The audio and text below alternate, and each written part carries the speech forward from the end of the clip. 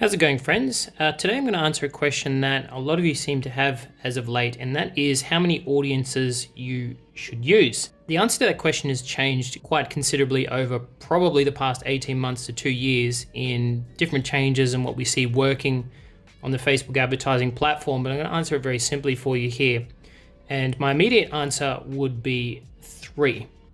Now, it's not necessarily just go and throw any 3 together, although that's better than what most business owners are doing when they're only testing 1. I definitely wouldn't do that, mainly because you don't actually know whether that audience really gives a crap about your product or service. So you're kind of hedging your bets, if you want, or diversifying your creative portfolio by having at least 3 audiences tested, okay? But more to the point, the different types of audiences I'd have you test out of those 3.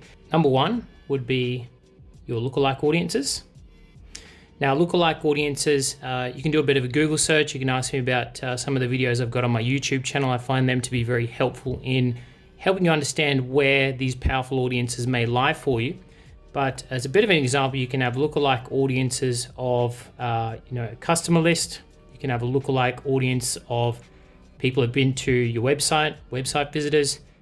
There's quite a few there, and all you need to do is a bit of a Google to find them. So one ad set would be a bunch of your lookalike audiences. And for those of you that are a bit more experienced, I would include all of those from 1% all the way up to 10%. And that's what we call a super lookalike.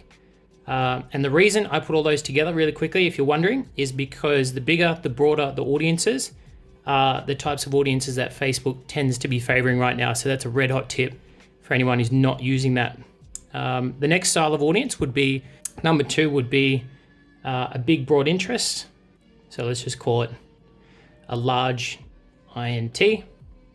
And that would be what we tend to call the parent interest. So as an example, if you type into the interest section something like personal training, then that actually falls under the parent interest, which is it fitness and wellness or health and wellness? All right, that's the parent interest. And you can tell because when you look at that interest and how big of audience it is, it's huge. Should be at least 1 billion people, obviously globally, and then that'll shrink as you target a local geographical area or just to Australia. So second audience is the biggest, broadest interest that you can use.